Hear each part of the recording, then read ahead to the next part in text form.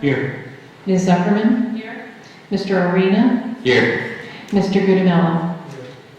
Pledge of allegiance. I pledge allegiance to the flag of the United States of America and to the republic for which it stands, one nation, under God, indivisible, with liberty and justice for all. Sunshine Law. The New Jersey Open Public Meeting Law was enacted to ensure the right of the public to have advance notice of and to attend meetings of public bodies at which any business affecting their interest is discussed or acted upon. In accordance with the provision of the Act, the Montville Township Board of Education provided a public notice of this meeting, which included time, date, and location, that was posted at the Montville Township Municipal Building, all Montville Township Public Schools, the Montville Public Library, the Montville Township Board of Education Administrative Office Building, the district website, and advertised in the Daily Record, the board's official newspaper, on January 11, 2019. Thank you very much. Gentlemen, who would like to go first? I'll go first. Okay. In terms of past news, to start off, on behalf of the National Speech and Debate Association, the Montville Township High School was extremely proud to congratulate the following students on earning the National Speech and Debate Association's Academic All-American Award: Ananya Bijala, Avery Chahal, Jamie Lay, Victoria Papaska, and Aditya Sharma. This coveted award recognized academic rigor, competitive speech, and debate success and personal excellence. Montville Township High School commends these students for receiving the prestigious Academic All-American Award. In addition, the following students from Montville Township High School have been named commended students in the 2020 National Merit Scholarship Program: Muthu Ranchalam, Chelsea Burns, Dylan Byrne, Ryan Dratler, Brett Freeman, Anwen Hay, Ethan Horwitz, Yuhan Jiang, Cameron Coe, Matthew Lorenzo, Kevin Mab, Cheyenne Mehta, Akshay Manchoa, Matthew Pack, Mahir Paranjape, Sarah Samdani, Rohan Shah, Aditya Sharma, Pratika Singh, Aryan Sinha, William Stefanik, Talia Stein, Jenny Sun, Emily Wang, Rachel Weiss, Amy Zhang, and Kevin Dang. A letter of commendation from the school and National Merit Scholarship Corporation, which conducts the program, were presented by Mr. Sanford to these talented seniors. On October 10th, the Student Activities Council hosted the annual homecoming dance in the high school cafeteria. The dance was a success, and one boy and one girl were selected for homecoming king and queen from each grade. They then were recognized the following night at the home football game at halftime. The School of Rock performed after school on Monday, October 7th, and during lunch on Tuesday, October 8th, in support of the Gloria Foundation. The Gloria Foundation helps and supports victims of domestic violence. In terms of past athletics, the boys soccer team defeated Mount Olive 3-2 this past Sunday in the semifinal of the Morris County Tournament. Goals were scored by Ian Baines, Fema DeSeer, and Colin Hennigan. This brings their record to an undefeated 15-0. They're currently ranked number 19 in the state by NJ.com. The team will face off against the number 1 seed in the state, Del Barton, in the county final on Saturday at 5 p.m. at Roxbury High School. And this is the first time the boys soccer has gone to the final since 2010, when they won it all. Notable Mustang of the Week recipients for this past month were Samantha Conrad, Gabriela Cassiano, and Priya Bachu, Bella Mangano, Alex Brinchka, Danny Vito, and Colin Hennigan. Girls field hockey had their senior night game yesterday against Pequannock. Although they didn't pick up the win, they had a great time honoring their senior athletes for their dedication over the past 4 years. They have a record of 5-7-2 on the season. Girls volleyball dropped their last game against Jefferson 2-0. The record for the season is now 5-11. Girls tennis concluded their season last week with a 5-0 defeat to Chatham. Their final record for the season is 6 wins and 11 losses. We'd like to thank the seniors for their dedication over the past 4 years. Boys and girls cross country competed in their conference meet earlier today. Next week, they will participate in the next step in their postseason, which is counties. Girls soccer recently had their senior day against Pequannock and picked up a 4-2 win to go along with their celebration. Yesterday, they faced off against Morris Hills and won 3-1, bringing their overall record to 7-6-2. Moving on to football, Mustangs football blew out Ripley Park 45-14 last Friday, extending their undefeated start to the season to 6 wins and 0 losses. The team has been dominant on defense, letting up an average of just 6 points per game. The offense, led by Sacred Heart commit Mike Burke at QB and playmakers Colin Regan, Zach Walsh, and Reese Martinelli, remains potent and has played a key role in leading the team to its best start in program history. The Mustangs will travel to Mount Olive this Friday. The following Friday, they will face off against Sparta in a key matchup that could determine who wins the division. Now moving on to future school events.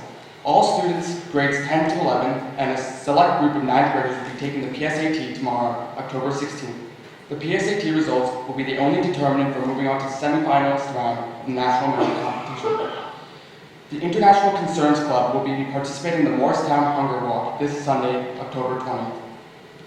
FBLA is having its annual Battle of the Brains trivia competition next Thursday, October 24th. The competition will be open to the entire school. The football team and cheerleading team will be hosting their senior night on Friday, November 1st. This will also be the last regular season home game for the Mustangs. And that's all. Very good, very comprehensive. Thank you, gentlemen. Thank you. Any questions of our representatives? And I know that CJ is probably one of the great cooks, although the refreshments can. And it was great seeing him and all you guys. And this Friday, it's at Mount Olive, right? Correct. That's the one with the dome, right? That is, yes. I haven't seen that yet, but I'll be up there Friday and then Saturday at Roxbury. Maybe Saturday. Soccer. Yes.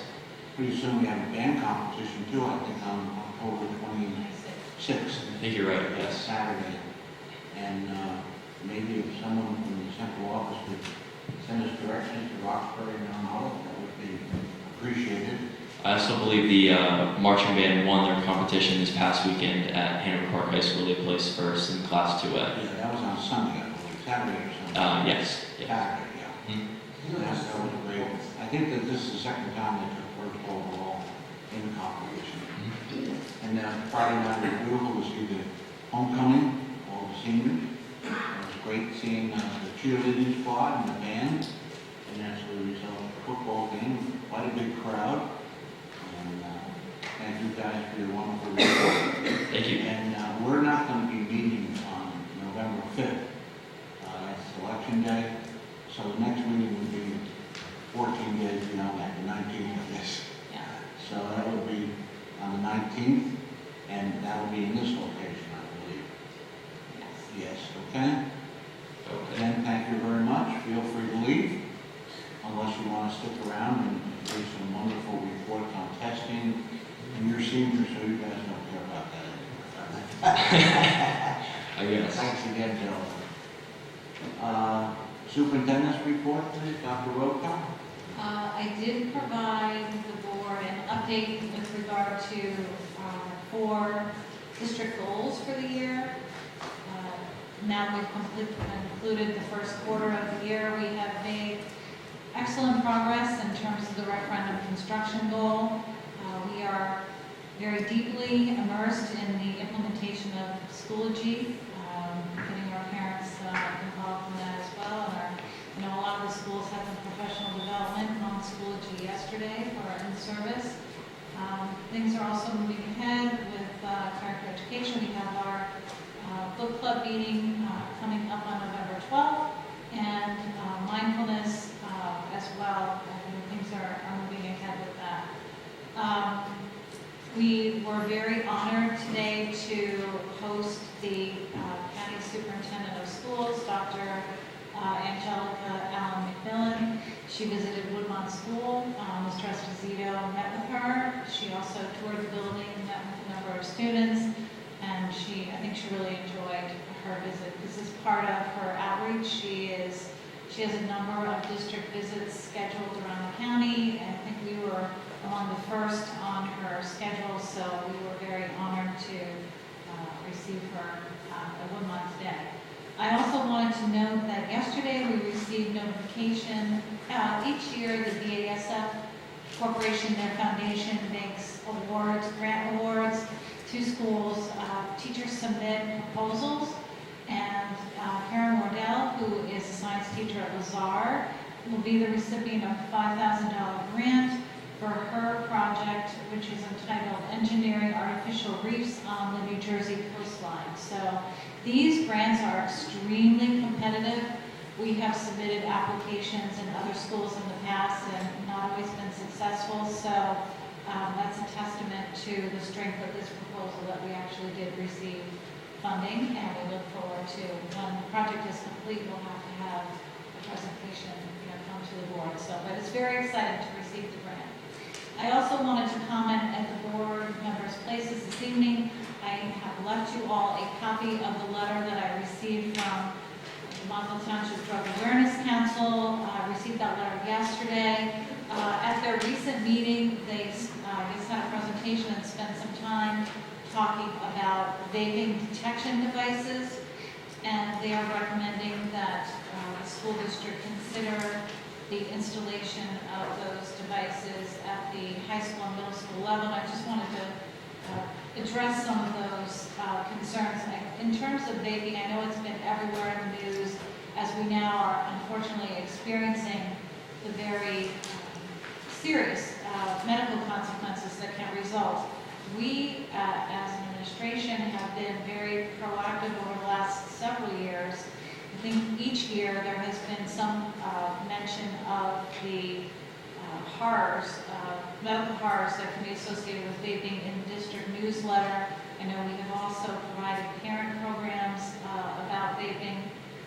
I did conduct a survey of the other districts in Morris County with regard to vaping detection, and at this present time, none of the other districts in Morris County are considering or have implemented vaping detection devices. I know there are a few districts that have either committed to it or are piloting it.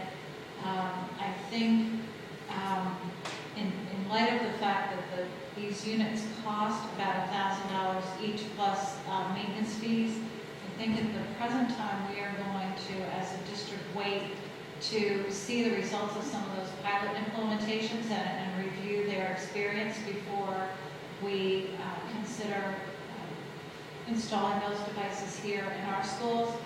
I think some of the concerns amongst my colleagues is that while the vendors that provide these devices seem to think that they are a way to really reduce vaping, that they appear to not necessarily be as effective as claimed, and some folks just fear that it doesn't really solve the problem. It just redirects those students to another area for their vaping. So, obviously it's an issue that we are concerned about, and if there are students, based on the information that's out there in the news, that find that they've become addicted or have concerns about their own vaping activities, we do have the student assistance coordinators. I would encourage the students to seek out those folks.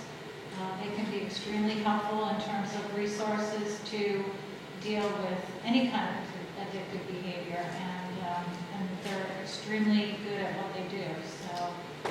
So I will certainly respond officially to DAC, but just wanted to let you know that at the moment that's where we stand on those issues.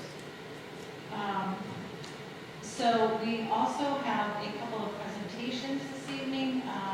The first being a presentation from Dr. Shorter. Annually, we have a presentation on our academic achievements, so I will turn things over to Dr. Shorter. Just before you do that, I know that several of us will be attending the New Jersey School Board Conference next week.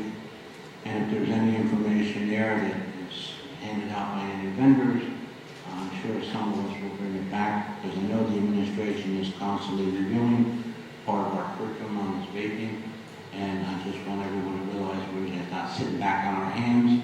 We're evaluating, meeting, and we'll be going forward when the appropriate time is. Charlie, just to piggyback on what you said, I actually attended a Somerset County School Boards Association meeting last week, and the topic was vaping. It was a very comprehensive discussion with lots of good information, and I collected a package for Renee and I gave it to her this evening. So there's a chock full of good information. So if we pick anything else up, we'll be in addition to, but right now I think there's only 2 or 3 systems in the state that are acting as pilots. I know there's one in Bergen County, Glen Rock, I believe, that's the other Yes. 2. But thank you, Karen. And now you want to introduce Casey again, because he needs people talking like this. It's a very important report. There's a lot of very interesting and important data you, Renee. I know Mark has been working diligently to try to get the screens up. It doesn't appear that that's going to happen. So, so you have packets in front of you, so you can follow along as we flip through those. And of course,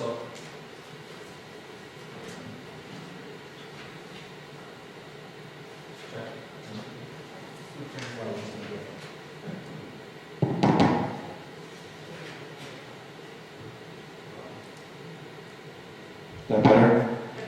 Okay. So as Renee had said, this is our annual report for student performance and accomplishments. I'm going to share with you a lot of data. Part of the reason for that is we're required to. So you're going to see a lot of data on these slides. I usually try to direct your attention to one side of those slides, which are the numbers really you should probably be focusing on. But I did have to include a lot of the other numbers that you'll see. I'll walk you through some of these standardized testing results. Mrs. Woodring will pick up a few of those slides and talk about some of the plans that we have that are being driven by the data. As I've mentioned each year that I've done this, the NJSLA, formerly the PARC, is one piece of data that we use to formulate our plans across math, language arts, and even science. But it's just that, just one piece of data. We have a lot of other mechanisms in the district that we utilize to assess kids, to assess their levels, and then take appropriate action accordingly. So I just want to reiterate that this is really only one part of the data that we use, and frankly, probably the least effective data compared to everything else that we have. Just a reminder, the NJSLA, that's our New Jersey Student Learning Assessment, used to be the PARC. We have transitioned into that. The state has also indicated that there's a good possibility within the next couple of years that gets replaced by something else. So that seems to be an ongoing topic in the state of what state assessments will look like, who are the vendors going to be, what are the requirements going to be. Those are all things that are unfolding over the next couple of years.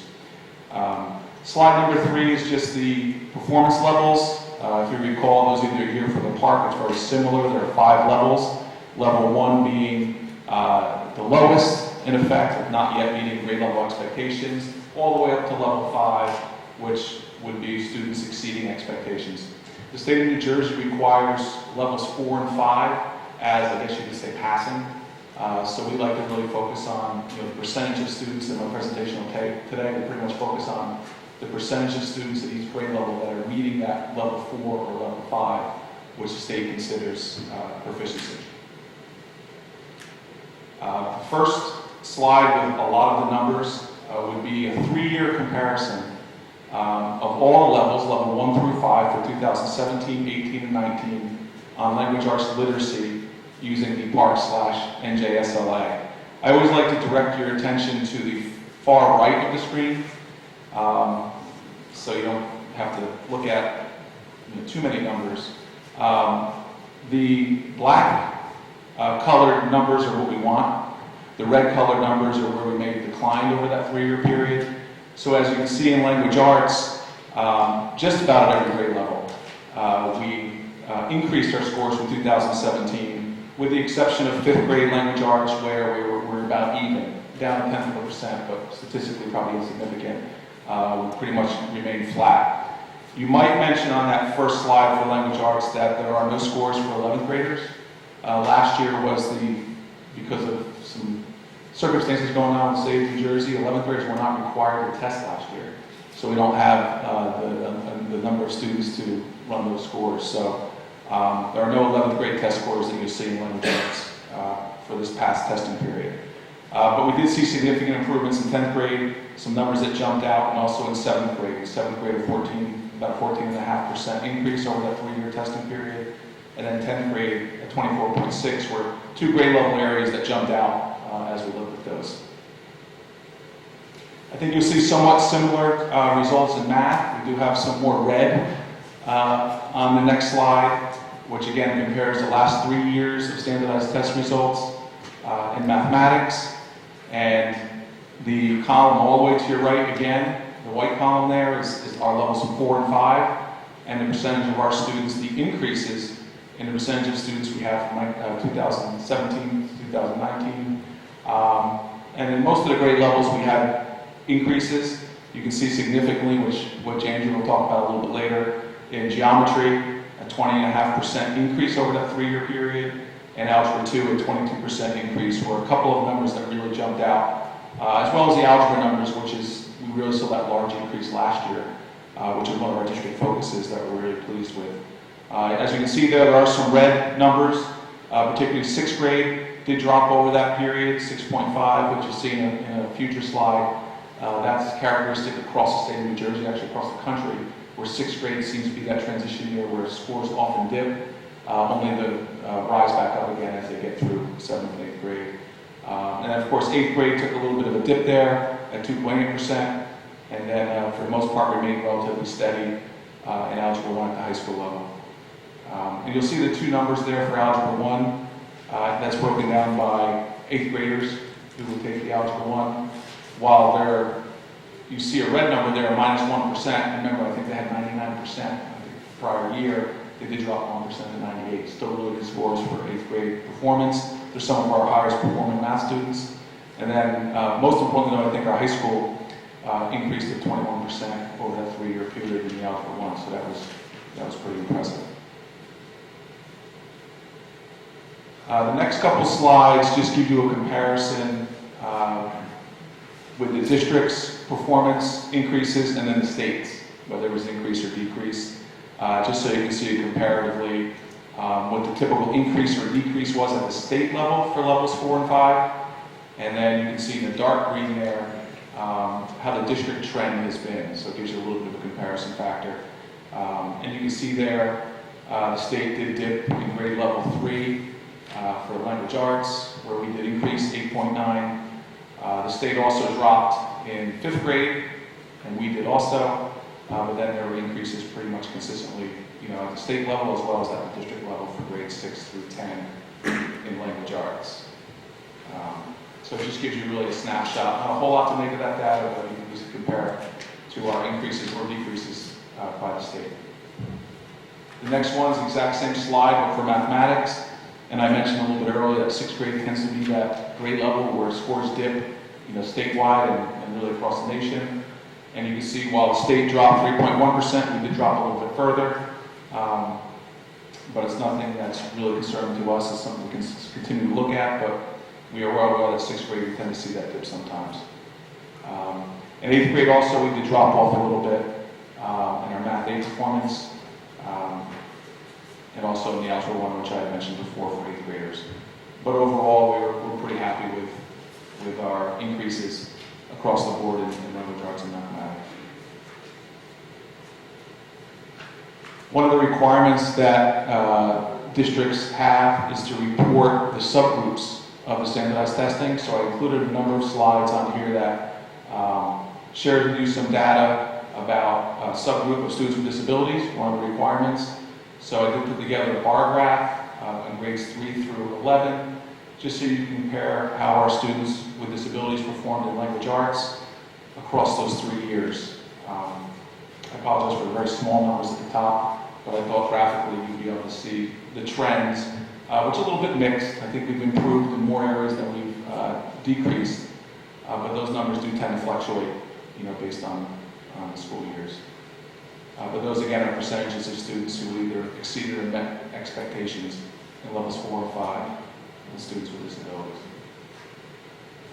And you can notice probably the greatest increase or improvement would be the 3rd grade ELA scores, with 59% of our students performing in that grade level.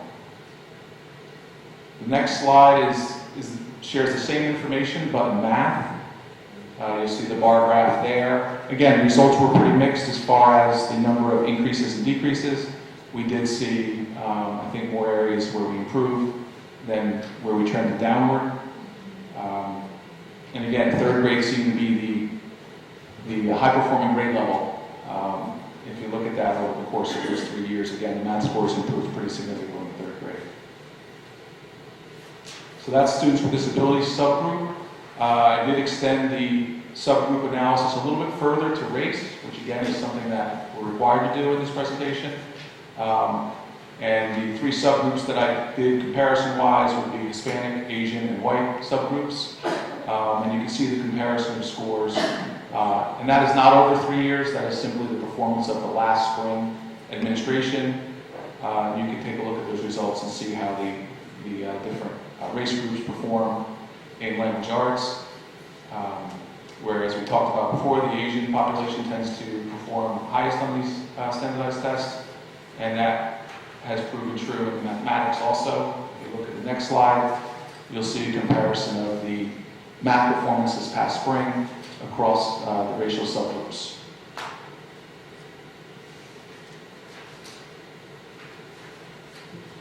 One new area that we are presenting on this year that the state had also required would be the ESL performance on the proficiency tests that they have to take called Access. Their levels are a little bit different. I included a slide which included levels 1 through 6, with 1 being, again, an entering level of proficiency with the English language, to level 6, which is reaching proficiency in the English language, based on not on the PARC or the New Jersey Learning Assessment. This is on the Access, which is a separate test for ESL students to measure their ability with the English language. And there's only one slide. As you can see, the number of students is much lower than you would see, obviously, with the grade level tests.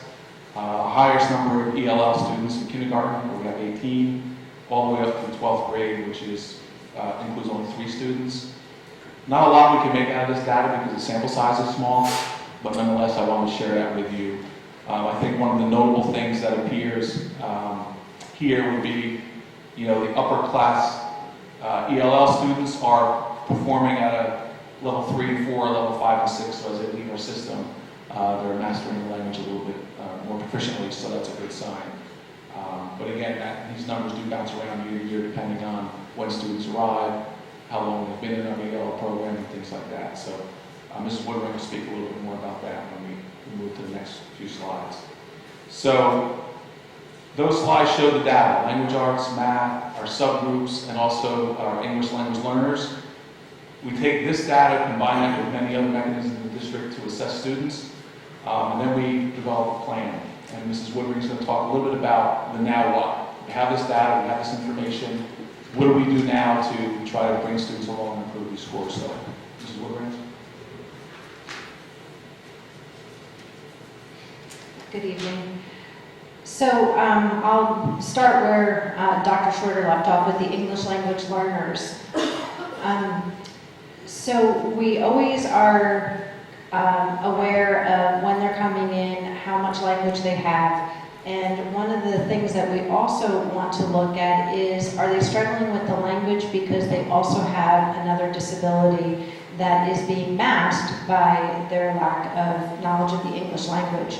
So one of the things that we're focusing on this year is training our staff, our administrators, our CST, our ESL teachers on a process called the L critical data process. And that will give us a matrix and data points to look at to determine if our students are both English language learners and special education students. And therefore we can better provide them with interventions and appropriate programming. The next area that we're also looking at is increasing our remediation support, especially at the middle school level. So this past year, we have multiple programs that are part of our extended school day. That is for basic skills students, Title I students, and also special education students. They are free to come after school if they need immediate support, as well as coming to the program where there's a very well laid out plan to work on their challenges and increase and bridge the gaps that they might have.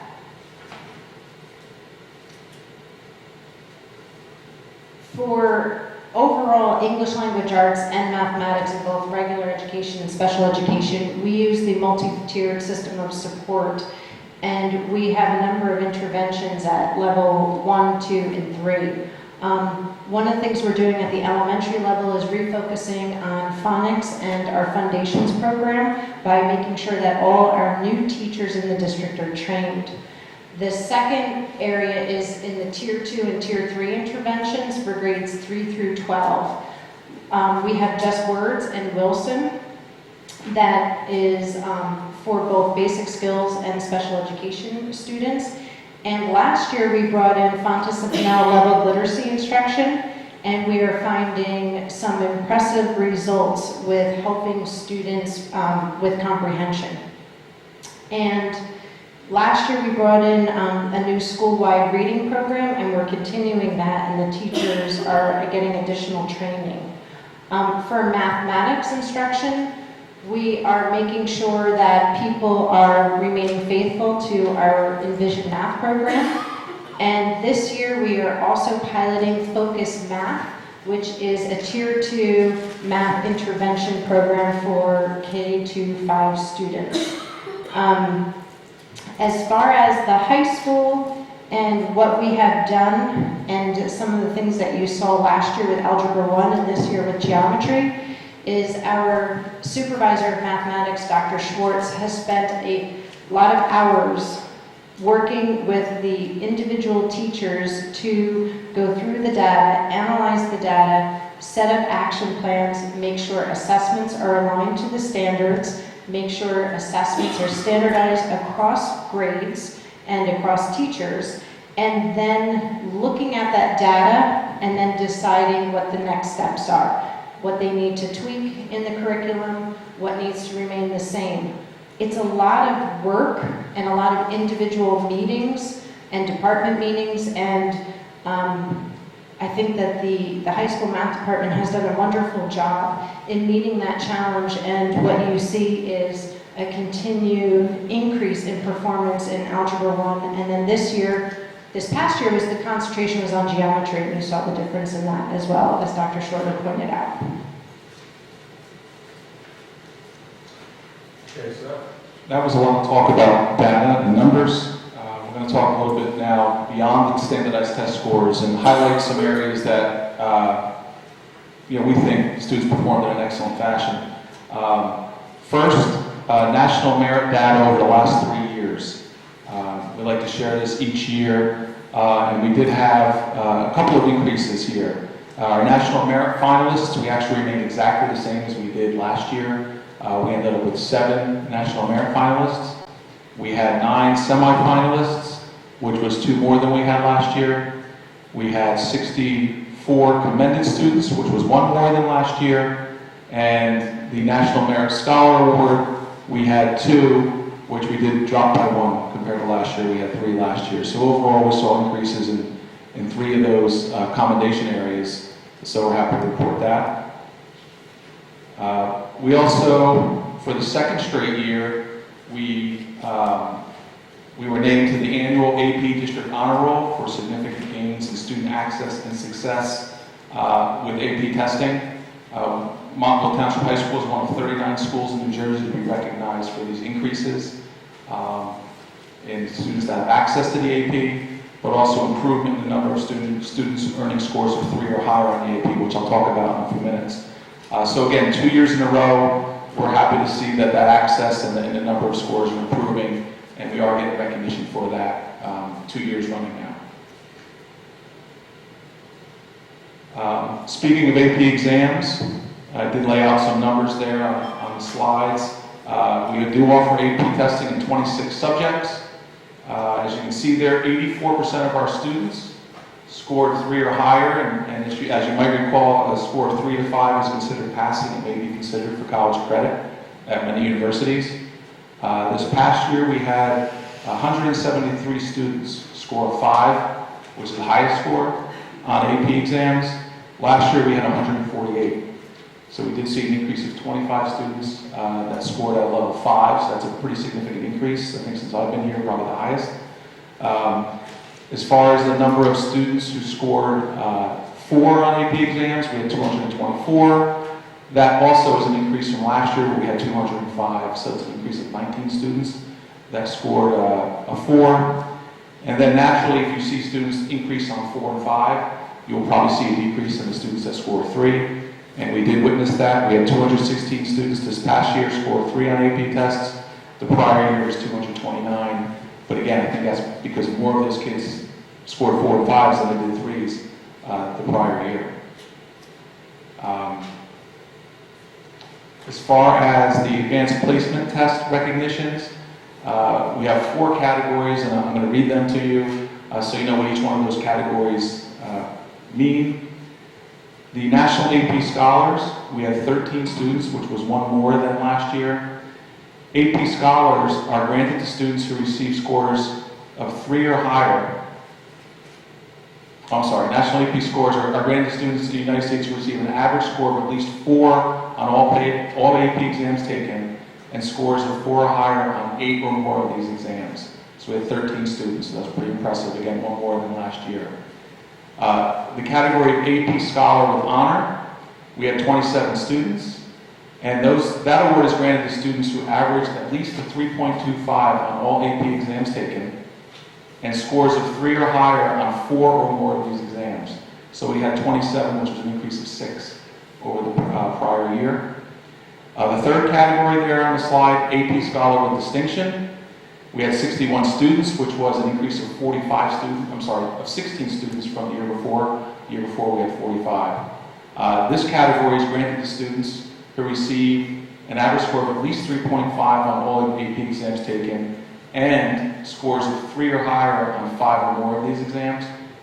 And then finally, the last category, AP Scholar. We had 56 of those, which again was an increase of 9 from the prior year of 47. And these are granted to students who receive a 3 or higher on 3 or more AP exams. So what we're finding is we continue to see our students excel in those areas. Those numbers are increasing annually, and of course we've gotten recognized for that through the AP Honor Roll, so we're very happy to report that. Moving along, we also have some non-academic student accomplishments. Our forensics team continues to perform excellently over the past number of years, and once again, they ranked in the top 1% of schools nationwide. And as you can see there, they produced semifinalists at the national tournament and 3 octo-finalists at the NSCA national tournament also. So forensics continue to excel in our district. The district was recognized for the 4th year by the NAMM Foundation for Outstanding Support of Music Education. So that seems to be an award that we have been getting annually, and that's 4 straight years. And of course, our marching band placed first place in the U.S. band, states, and national competitions. So we're putting out well-rounded students here in our school system, so we're always happy to report that. On the athletic end, you can see a list there of a number of accomplishments with teams as far as group and state sectional championships. We have track teams that sent multiple athletes to state sectionals and groups. Our bowling team continues to be a powerhouse within the conference, as it won another title. And the football team last year earned its first playoff berth, and as you know, they're continuing with that success this year. And the swim team had several individual records set in Morris County and state tournaments. So athletically, through other student clubs and competitions, our students are doing very well. Some individual accomplishments, if you continue through the slides, you'll see a large number of students receiving all conference, all county recognition, state recognition, as well as a number of records broken within the county. So we're getting a lot of students each year, and those numbers have increased a little bit from last year too, so we continue to excel on the athletic field also. As far as our graduates, these numbers change slightly. We still have 96% of our 2019 graduates attending college and university. 85.5% attend a 4-year college right out of 12th grade. And 2-year college this year is up to 10.5%, which is a couple percentage points higher than in the past. From what I understand, a lot of that has to do with financial reasons, that more kids are accessing the 2-year community college route. So we did see a slight increase in that. But overall, 96% of our students are attending college and university, which has been pretty consistent over the past number of years. And I also included just 3 slides that highlights college acceptances over the past 3 years. I usually only include 1 slide on that. I was a little bit more inclusive this year to include most schools that our kids have gotten into over those 3 years. So that's something that you can reference for your information. Other than that, overall, I think we're pleased with our results across the board, and we look forward to addressing some of those areas that the data shows need some addressing. Do you have any questions? Thank you, Dr. Shorter. Do you have any questions? Michelle? You mentioned that, we were commended by the AP, for our increase in access to AP. So what is it that we've done concretely to accomplish it? Is it that we offer more classes, or that students are given different pathways to get there? Maybe just if they didn't start in honor, they can end up there. Like, how have we, what has resulted in that? I'll let Andrew talk a little bit. So we actually offer more AP courses than we have since I started in the district. And we have 2 courses in particular that there's really no prerequisite. So if a student wants to challenge themselves and try to take it, they're more than welcome. One of them is AP Human Geography, and the other one is AP Environmental Science. So if they're willing to do it, there's no prerequisite to get into those courses. Thank you. I know that the Education Committee will be revisiting some of these items, looking at the test scores in more detail, Mike. Is that right? That's on your schedule for the future? In the future, yeah. And speaking about the presentation, there's obviously a lot to be proud of here. And the thing that we've always done in this district, and correctly so, I believe, is had a goal to say, we're going to teach the students not necessarily just to see what do we have to do to raise the test scores, but what do we need to do to educate our students. And one of the breakdowns, obviously, is you look at the scores and not seeing just what we did, but why did we do what we did. Are there certain skills that our students are excelling in? Are there changes that we made that worked out? Are there changes that we made that didn't necessarily work out? Are there certain skills that the students may be lacking? For example, you might have 100% pass rate, say, in algebra, but you realize, gee, the students really aren't understanding the concept of what's a square root. And you can see they're all getting that question wrong, so we can work on that. So we'll be looking forward to that report after you guys meet. right, and say at the future curriculum committee meeting, it doesn't necessarily have to be the next one, but maybe in a future one, people say, here's our analysis, this is where we're doing well, this is where we can use improvement, and this is our game plan as to what we're going to do to make sure our students are being educated in the best way possible. Feel free to use this document also as part of your, Mr. O'Brien. I just wanted to go back for a second to add to the comment that referred to your question, why do we do so good? And it just kind of dovetails with that. First of all, our district has been a leader for a very long time in making available AP courses. It's been a very long time that we've done that. And secondly, something that really cannot be overlooked, of course, the quality of the students taking the courses, but also the quality of the teachers that are teaching those courses. I think that's very important to mention that. And we have some highly qualified teachers with very extensive credentials who teach those AP courses.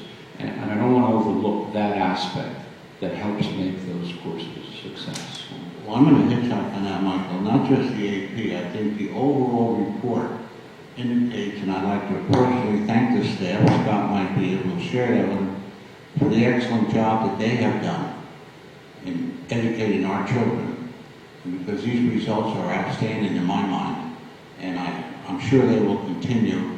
And for that, I thank all of their staff members for the wonderful job they are doing with the leadership of the central office administration. Any other questions?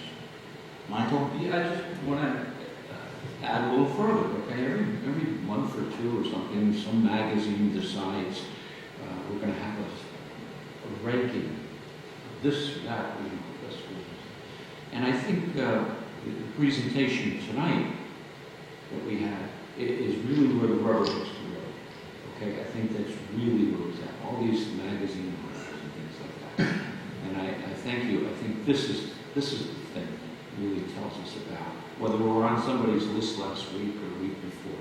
I don't think it's the key. It's the information that you presented tonight. Okay, that's what we're doing. Thank you. Anybody else? All right, thank you, Casey and Andrea. Now you have a second. Our second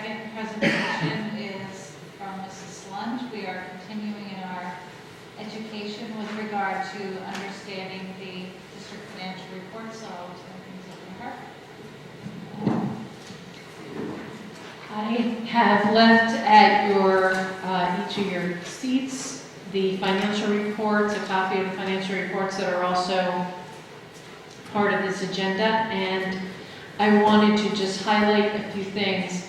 As we have discussed in the past, these reports reflect the events that are occurring throughout the district, and they convert those events into dollars. And so as we have now entered into the September reports, what you begin to see is the process of the students arriving here in the buildings and the teachers beginning to perform their duties over the education of those students. Things that might come to light is if you turn to page 4, which is the 4th page of the packet. Whereas when you looked at these reports in August, the amount of expenditures were relatively low. It was just a couple $1 million. You'll notice that now we're up at $14 million in the general current fund. And that's because as we have now proceeded into the school year, you're paying salaries to the staff members in the various areas. And the encumbrances, we have mentioned that we've set those up to set the money aside for the contracts we've agreed to, are now beginning to get smaller. And that process will continue throughout the year. As we continue to pay our vendors and our staff, the expenditures will increase and the encumbrances will decrease until we get to the end of the year and all of the money has now been expended. It's in the expenditure column, and not very little is left in the encumbrance. The other part I wanted to point out that is starting on page 6, you go from a very summarized version of the revenues and expenses shown on page 4, and it breaks it down into more detail. So that whereas page 4 shows $69,000 worth of revenues not yet collected, page 6 begins to show you which different types of revenues have not yet been collected. And for those that we've collected or anticipate collecting more than what we expected from a budgetary point of view, those amounts are delineated through those negative amounts. So again, we had mentioned a few meetings ago, when you look at revenues, negatives are actually good and positives mean we still have collecting to do. However, considering the fact that this report is only through the end of September, of the $76 million we intended to collect, we only have $69,000 still outstanding in terms of collection. So that's a good sign. If you turn to page 7 begins to now take the expenditures and break those down into their various areas. If you remember back to when we put together the budget, we look at the budget in groups, and so the first group is always instructional. We look at the regular classrooms, we look at the special education classrooms, we look at the basic skills classrooms, and that same breakdown is shown on page 7 all the way through until we hit page 14, showing the individual charges of each of those different areas. So in the case of regular programs, it shows the salaries for the preschool program, the kindergarten programs, the grade 1 to 5 programs, 6 to 8, and 9 to 12. It then isolates all the different supplies that we're purchasing, the purchase services, the textbooks, and on and on and on. And as you flip through those pages, you can see the process of us spending and encumbering the funds, and those funds that we haven't yet utilized are still remaining available to us, the last column on all of those pages.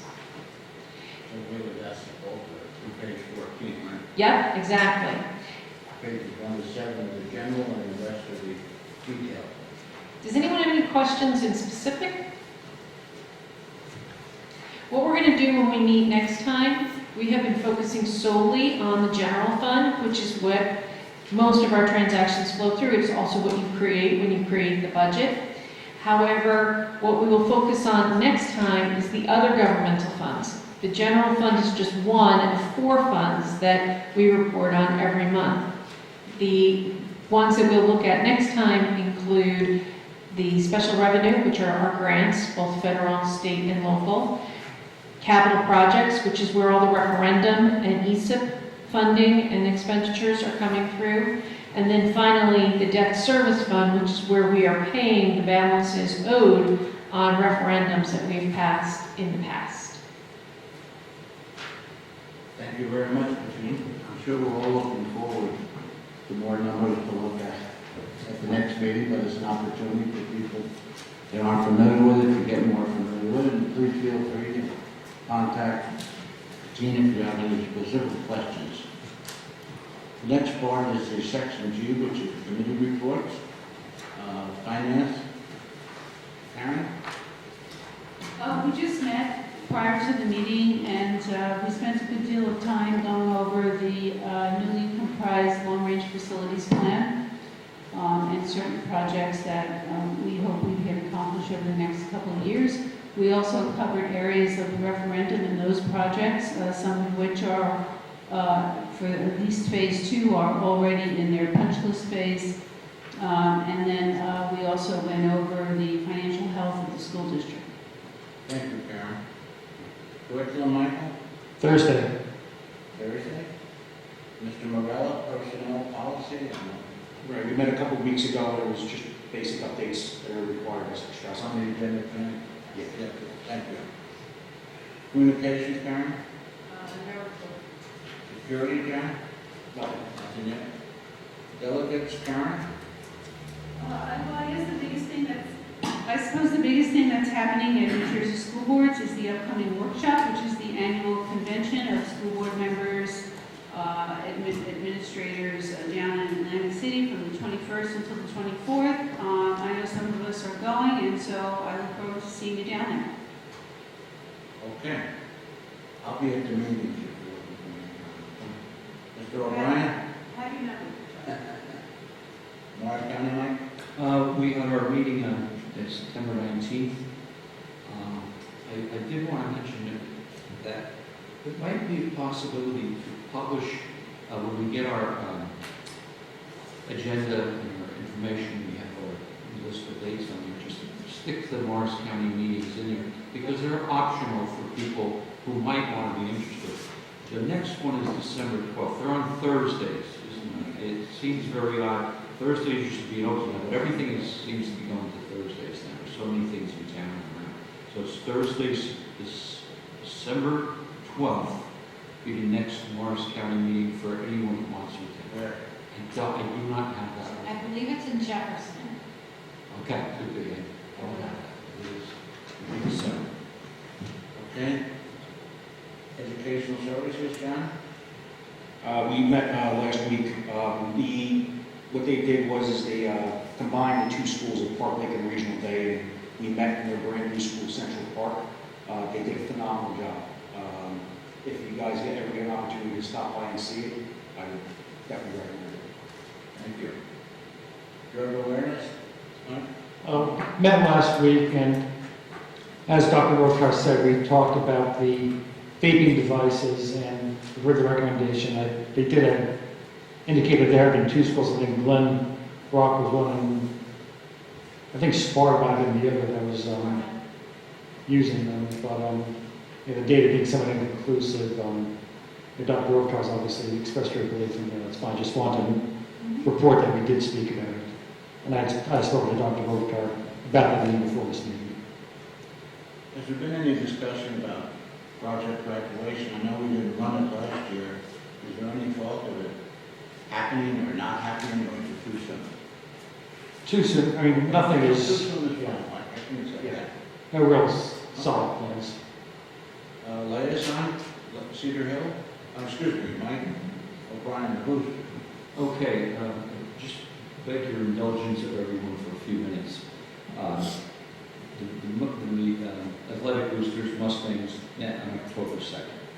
And in all honesty, this is one of the best meetings and most detailed that they've had in some time. It's not a reflection of the other meetings, it's just that so much occurred at this meeting. All right?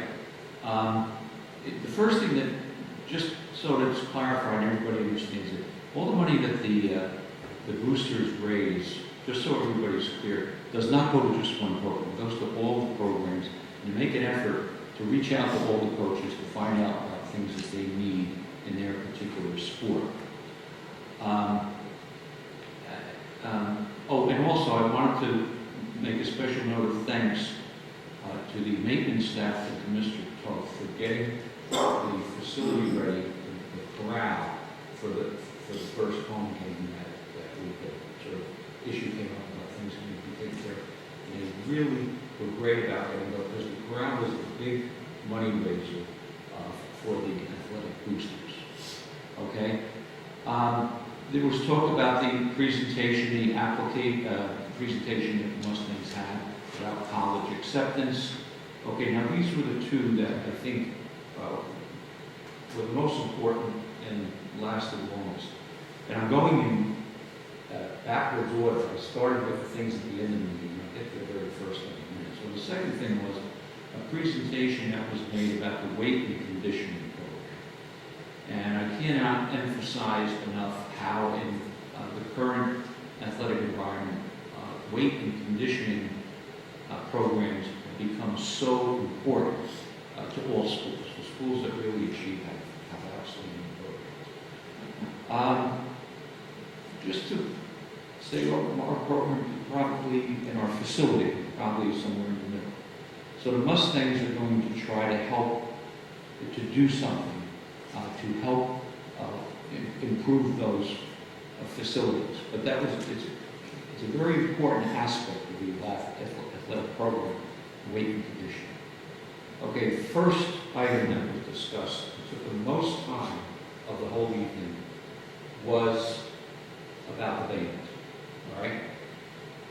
What has happened has been sort of cross-pollination. Some parents who were athletic parents have now also have people in the music program, and so they're now with the band people, and then some representative came to talk to us about this. And the discussion went on a very long time, very positive discussion on everybody's part. And what they want to make clear is that there is an impression that is out there that you have a football game and you have a band performing. That's it. Okay, and there's concern by some that the band is not looked at as much as it should be as a standalone program. You have a band, you have a football team, one is not there just because of the other. And so an effort is going to be made, and is already being made, by the administration at the high school, by our fine arts department, to more emphasize the importance of the band as a standalone program on its own. The accomplishments of the band, the events in which we heard about its accolades tonight from our student representatives. Of course, we're having Mustang Classic on the 26th. And that has already started. Okay?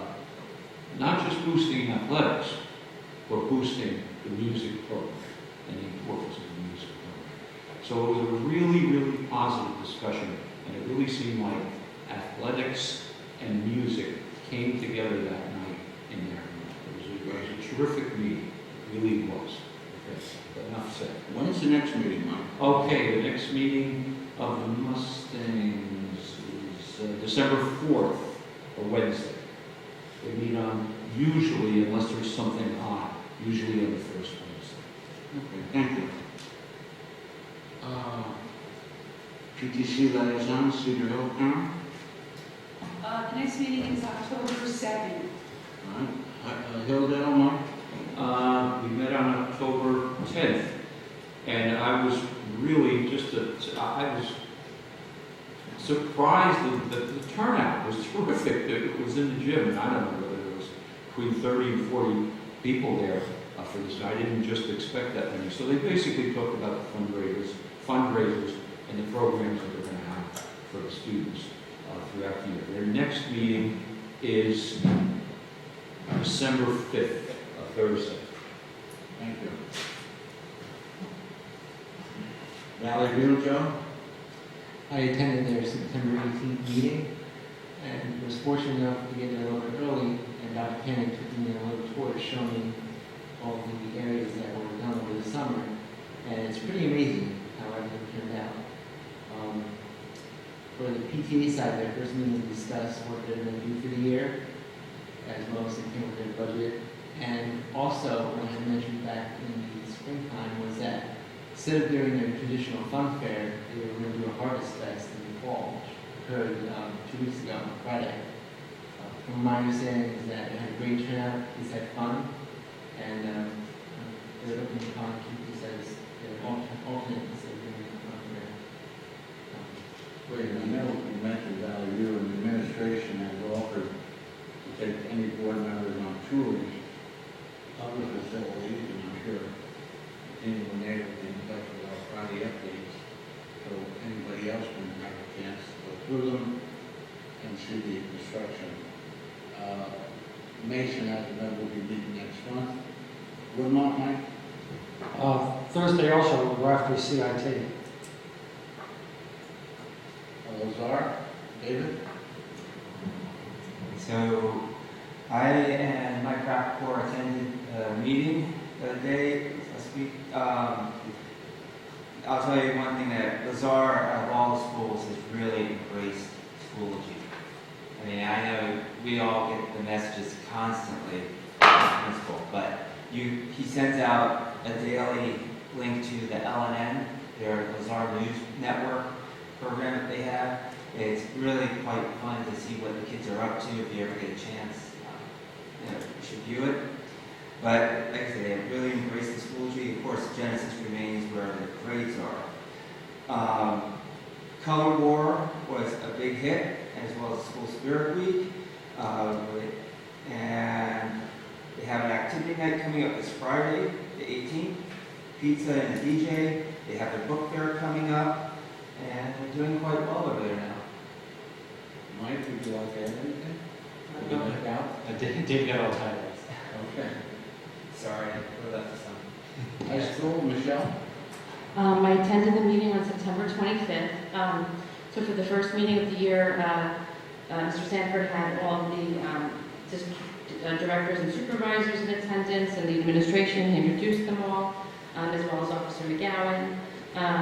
We had a great report by the student liaison, Juliana Morella. Actually, Mr. Sanford did a really good job, really reviewing, giving a presentation for parents who were there at Schoology, answered a lot of questions. There had been, I think, some confusion and misconceptions, and I think he addressed it well and cleared up, a lot for parents who were in attendance.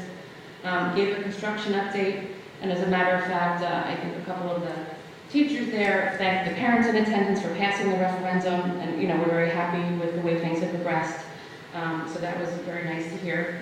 Talked a lot about upcoming events from a PTC specific perspective. The PTC was very happy to do a really nice teacher welcome back luncheon for the family, for the teachers again. They do that several times throughout the year, thanks to donations from many, many families. It all comes together very nicely. The PTC in the high school does fundraising a little bit differently than the elementary schools and the middle schools. They're actually, competing is not the right word, but the fact is there's a lot of organizations fundraising in the high school, so the PTC doesn't always have big fundraisers. They have not in the past done apparel sales like the other schools have done, but they're using the opportunity of the new logo to start selling Mustang and Spirit Wear now. So if anyone here is interested in buying some apparel, I can kind of hook you up with the connection. There's going to be different fundraising throughout the year, including another one opening up at the end of this month. And they're looking to do School of Rock fundraiser and a couple of other things like that. And the next meeting is November 21st. November 21st. Michelle, I just want to add something about the apparel. Okay, when they were selling the other day Boosters at it, I decided, I have a lot of money for the apparel. But, they had a great T-shirt now that they did the research, and it has on it, on the very front, Mustangs established 1968, and it's the first time they ever got it rated. Everybody should have one of the shirts. Because I was here, 1968, not 1970. It's a beautiful shirt. It's got the same colors like the Green Bay Packers. What's that? You got it. All right. Thank you, Mr. Brown. I know that over at the refreshment stand, they were selling, Mustang was selling apparel also, hats and jerseys. things of that nature. Mr. President, can I add two things that are not on the list? Okay, since we finished high school, just two quick things. Okay. Just be aware, one Montville, they had their meeting today. I know they're not officially under the schools, but the one Montville meeting was today, and they talked about their plans for the year. And I shared some other thoughts with board members. Just so you're aware, they're going to have an evening meeting in December so that people who would not normally get to go to a morning meeting can be there. That meeting is on Thursday, December 12th at 7 p.m. Okay, at the library. Okay, so I think they did that last year too, Mike. They had a night meeting. They had that last year, night. yeah, so people can get a chance to see what they're doing. And one other quick thing, if any of you have been around and have some suggestions, the Hall of Fame is looking for nominations for the next Hall of Fame induction, which is November 20th, 2020. Okay, it's over a year from now. But if you have been around and know people from the, that graduated from high school or served in high school, whatever it is, and you want to make a nomination, think about getting that in writing and getting it to the Hall of Fame committee. You can go on the website. Thank you. Public participation is the opportunity for anyone to have questions about any items on the agenda. Do we have anyone? Any questions on the agenda? Okay, we do have one addendum, it's section J5, so I entertain a motion to approve the agenda with that addendum, please. So moved. Second? Second. Okay. I is the minutes. I'm just going to go through these again. But Jay, any questions? Kay? I have to ask a question on K. Excuse me? I asked a question on K. Just quickly, the students that go to county, all right, at VOTEC, right? Are they, whether they're full-time there or part-time, like 7 are they eligible, let's say when they come back with us, to participate in our extracurricular activities here? Just to be clear, be it forensics was mentioned, or team, or whatever. Well, the sports is very specific, that if they're at a school where that particular sport is offered, they should participate there. In terms of extracurriculars, they typically do not, because they're involved in things on their own campus program, but, I don't know that we've had a request. We typically don't allow those students to participate in the extracurriculars because they typically have access. They have access Remember last year? at the site. Okay. Just wondering, there's someone on the baseball team, remember last year? Mm-hmm. The VOTEC has a. Yeah, as long as they have a team. All right. So if they didn't have something, would they be able to, or do we have to think about that? Anything else on K? L? M? N? N? I think it's the policy, right? Okay. Roll call, please, Mrs. Scott. Ms. Heffernan? Yes. Mr. Daughtry? Yes, abstain on section M.